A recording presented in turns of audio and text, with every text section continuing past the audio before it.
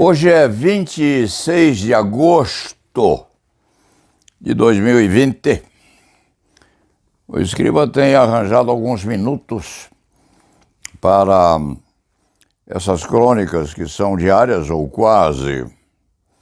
E a cada uma daquelas que faz, fica apreensivo depois e com a contradição no cérebro entre quais assuntos seriam mais importantes ou mais interessantes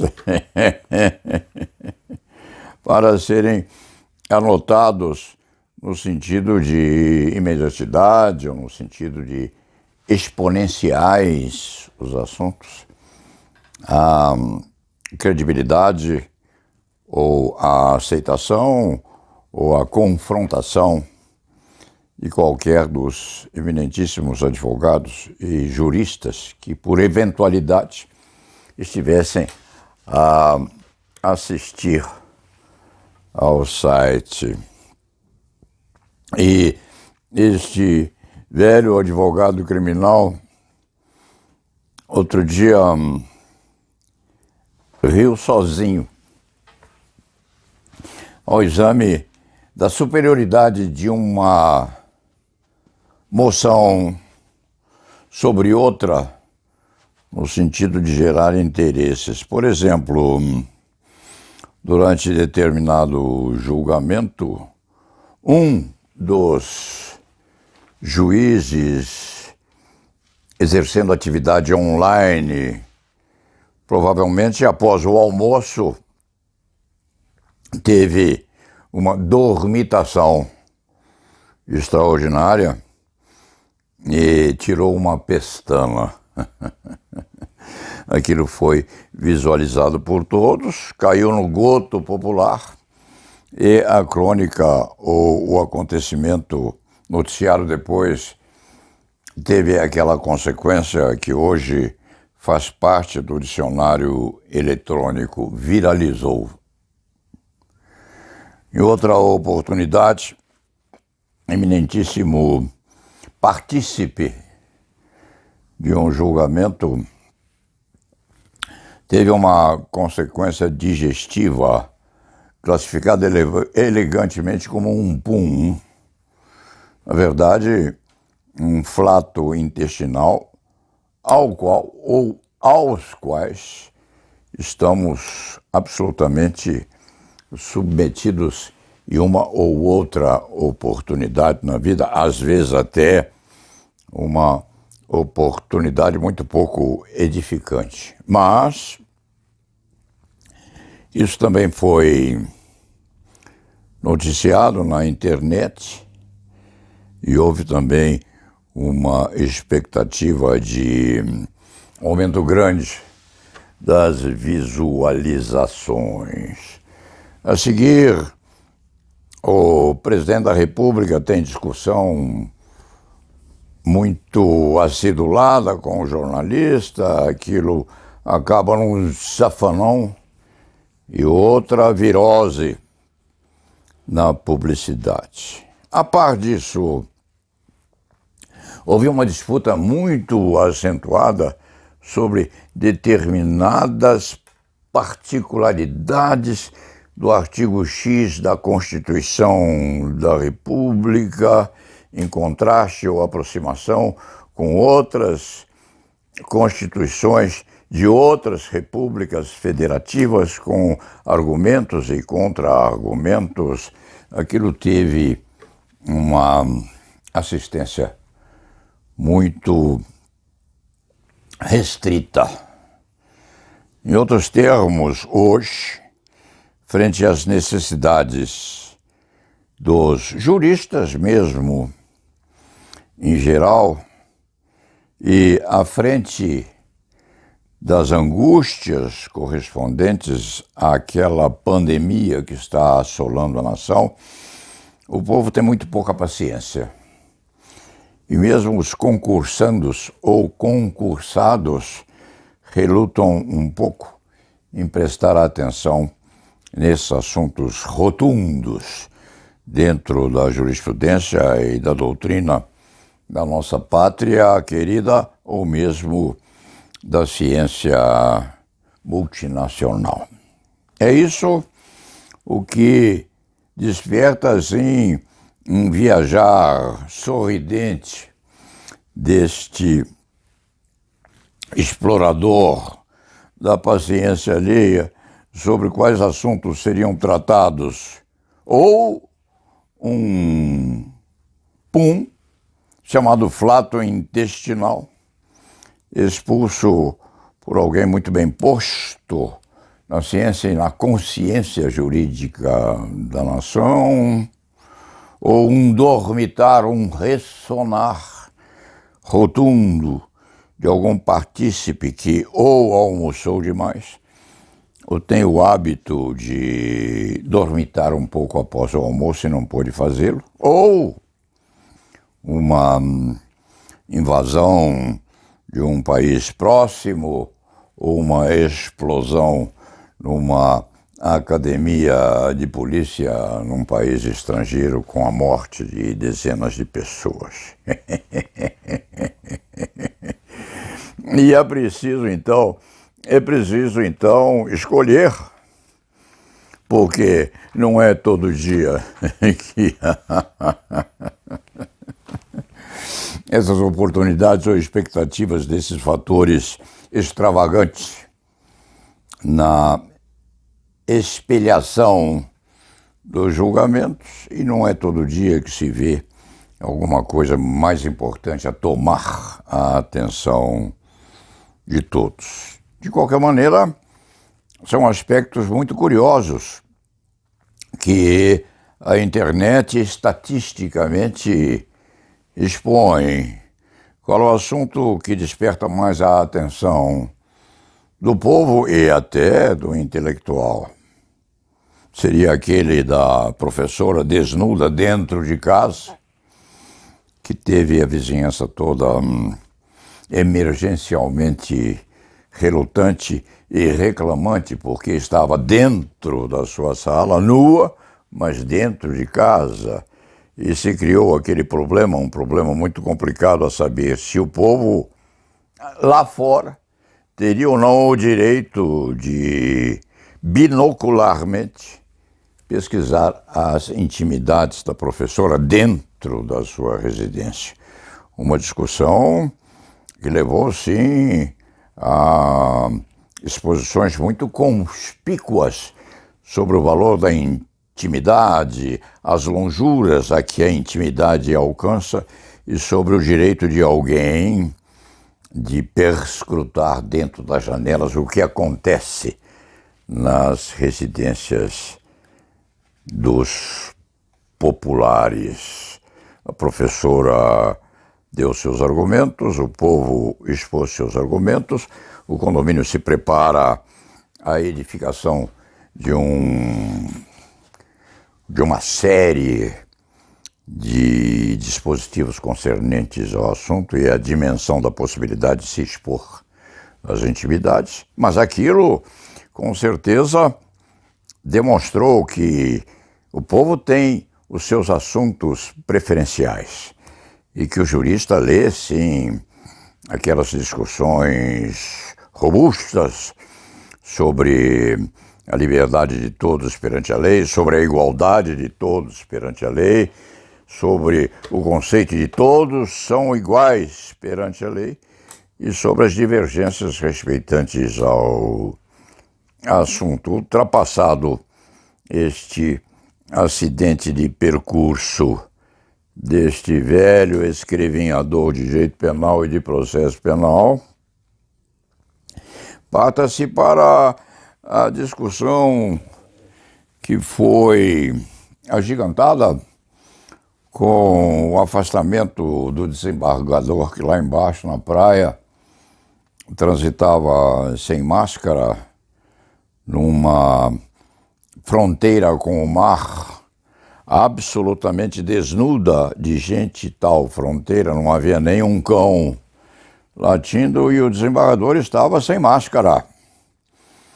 Foi reptado a pola, recusou-se, a autoridade municipal, policial municipal, também se enrijeceu, ia multar o desembargador rasgou a multa, jogou-a fora, prosseguiu na sua andadura pela praia e agora o Conselho Nacional de Justiça afasta o juiz. Afasta-o, sim, porque foi incivil, foi mal educado, foi arbitrário, rasgou uma autuação oficial feita pela autoridade municipal e prosseguiu as suas andanças pelas praias do Guarujá. A sanção provisória veio agora em sequência, porque o Conselho Nacional de Justiça afastou aquele juiz que não parece ser muito simpático à população ou à própria magistratura, porque, segundo consta, teria antecedentes resultantes de seu gênio muito forte e da falta de educação que vinha demonstrando na vilegiatura pela magistratura paulista. E há várias possibilidades ou várias alternativas para se examinar essa contraposição entre a autoridade de um desembargador de Bermudas e a autoridade de um servidor público municipal ungido por determinação do prefeito. Várias contradições, várias possibilidades, muitos argumentos pró e contra, mas a verdade é que o desembargador foi muito deseducado e afrontou mesmo o princípio da autoridade e a autuação que lhe era feita com o poder de império naquele guarda municipal. O desembargador foi afastado. Com isso, o Conselho Nacional de Justiça deu a sensação estrita de que é preciso obedecer-se à autoridade em exercício. E o poder de império da lei precisa ser respeitado. O escriba, sem maiores comentários e sem colocar qualquer ponto primacial para a discussão até metafórica desse conflito entre a autoridade descalça e a autoridade portando os sapatões que fazem a resistência da andadura do miliciano, sem que o escriba se preocupe em tomar posições respeitantes ao tema. É preciso dizer que, com o correr do tempo, até o poder da toga está a sofrer uma resilição, porque antes um ministro da Suprema Corte era Sua Excelência, o ministro da Suprema Corte. Hoje às vezes, o você. Você sabe, você não sabe, você pode, você não pode, você tem, você não tem, você quer, eu não quero. E aquela capacitação que adivinha, inclusive, do poder advindo do ancião da tribo, do cacique, aquele que tomava assento no trono ungido pela folhagem de parreiras, espalhada tal folhagem à volta e à frente do poder de império daquele velho, aquela autoridade está deixando de existir. E há a margem do todo a afirmativa de que todos são iguais perante a lei. Todos são iguais perante a lei, em princípio. Mas, o escriba já disse, há uma desigualdade que se consubstancia logo após a expulsão do feto do ventre materno. Ele se ajusta ao seio da mãe e não gosta muito do cheiro do pai. A desigualdade começa aí. Este escriba acredita com imensa convicção de que as oportunidades, sim, devem ser iguais. A oportunidade que se dá a um negro de evoluir na vida e de alcançar os parâmetros elevados na profissão escolhida, a igualdade que ele deve ter deve ser a igualdade resultante de igualdade ou assimilação da igualdade entre ele e o seu companheiro branco. Em outros termos, a oportunidade a ambos é a mesma. Vocês iniciem a corrida pela vida com as mesmas possibilidades.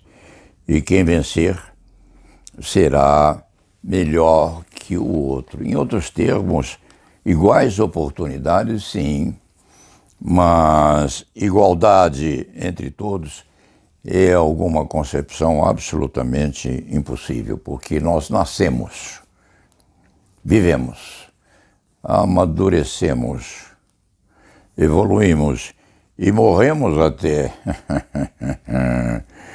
em desigualdade. Isso aí vem a termo para que o escriba possa enfileirar este jornal diário e partir para outras atribuições na vida.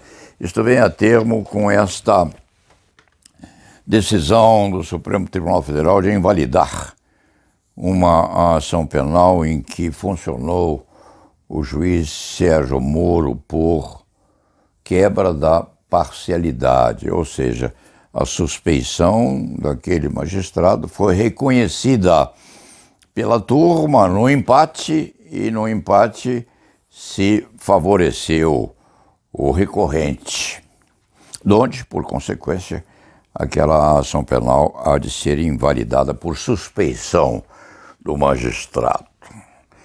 E se dirá, não, o juiz é, sim, imparcial.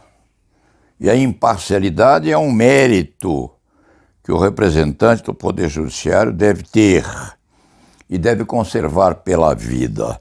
Isso, se quando vier, é meia falácia ensombrecida na sua majestade por aquilo que nós chamamos de ingenuidade. Não, nós somos todos parciais. E o juiz Sérgio Moro, queira ou não queira, simpatizava com algum pressuposto e antipatizava com outro. Tinha as suas tertúlias à tarde ou à noite, ou à medida em que o sono chegava, gostava de alguns, desgostava de outros e fazia um esforço extraordinário, acredita-se até para igualar aquele que assombrava negativamente os seus sonhos, aquele outro com o qual simpatizava, inclusive, pelas tendências políticas expostas na luta pela vida. É assim que funciona. Gosta-se de alguém, desgosta-se de outro alguém, simpatiza-se com um, antipatiza-se com outro, e o magistrado tem que fazer um esforço sacramental para poder equalizar e igualar, inclusive, a acusação e a defesa nesse eterno dilema em que nós todos vivemos para tentarmos obter a justiça adequada, principalmente quando somos juízes. Tarefa dificílima ser juiz quando já se nasceu parcial. Dentro do contexto, quando, por empate, a turma do Supremo Tribunal Federal decidiu que o juiz Sérgio Moro é suspeito, há de ter levado em conta tais circunstâncias, que não são demeritórias ao magistrado, não, mas são, sim, o reconhecimento daquelas possibilidades que a vida traz a todos, inclusive de julgar um eventual incidente de suspeição, porque até aí o juiz que há de decidir o conflito é parcial. Dito isto, o escriba parte novamente para o seu trabalho. Vamos ao fim da nossa labuta nesse dia e pedindo eventualmente escusas, porque em vez de trazer o episódio da professora que foi colhida nua dentro das janelas de seu aposento e foi acusada de estar a praticar obscenidades porque foi vista pelos vizinhos, pede desculpas por não trazer esse tipo de disputa, que inclusive tem um certo grau de sensualidade, e partamos para o nosso trabalho que dá o sustento da família dentro deste conceito, lá na Avevá.